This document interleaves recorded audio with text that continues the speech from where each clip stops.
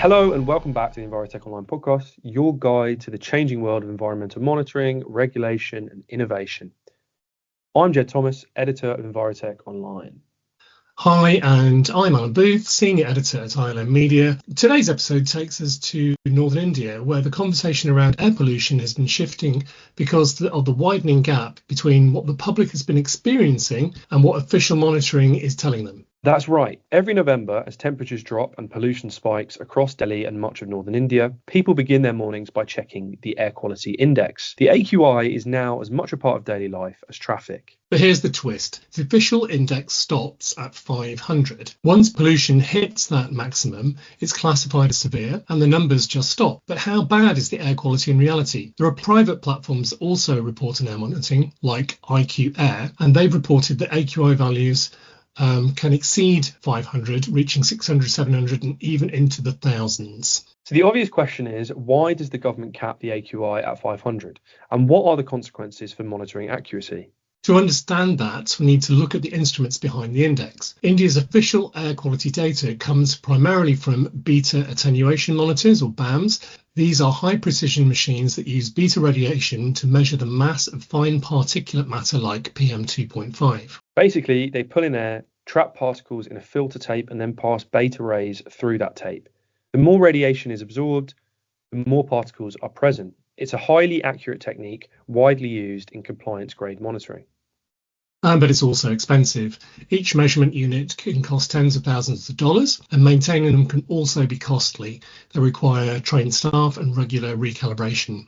And during high pollution events like Diwali, when air quality data is most needed, these monitors can go offline. Maintenance backlogs and mechanical strain leave gaps in the network at precisely the point when the public is most desperate for that information. And contrast that with low-cost optical sensors like those used by the firm IQ Air and other independent platforms. These devices use lasers to detect how airborne particles scatter light, and from that information they can estimate concentrations of PM2.5 or PM10. They're lightweight and affordable. You can mount them on rooftops, lampposts, or even stick them on your backpack. And crucially, they can provide data every few minutes, allowing real-time visualization of air quality at street level.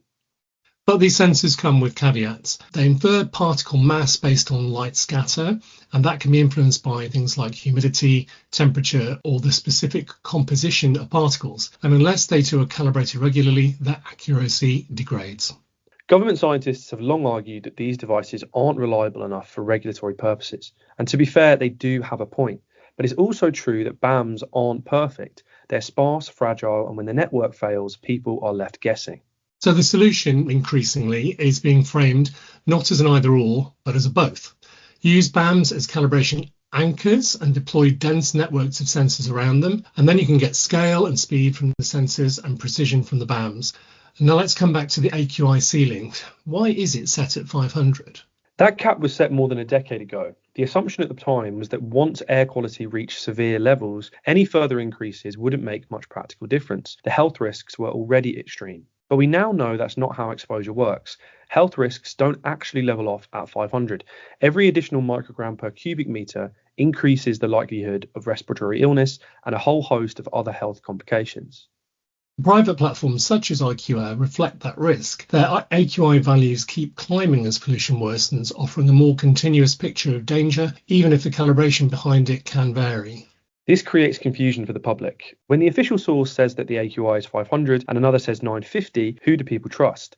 The inconsistency undermines the credibility of air quality data in general, and that has real-world consequences. If official sources underreport pollution, emergency actions like school closures or medical alerts can be delayed, and public behaviour changes too. People stay outside longer, avoid wearing masks, or skip using air purifiers because they think the air isn't that bad today.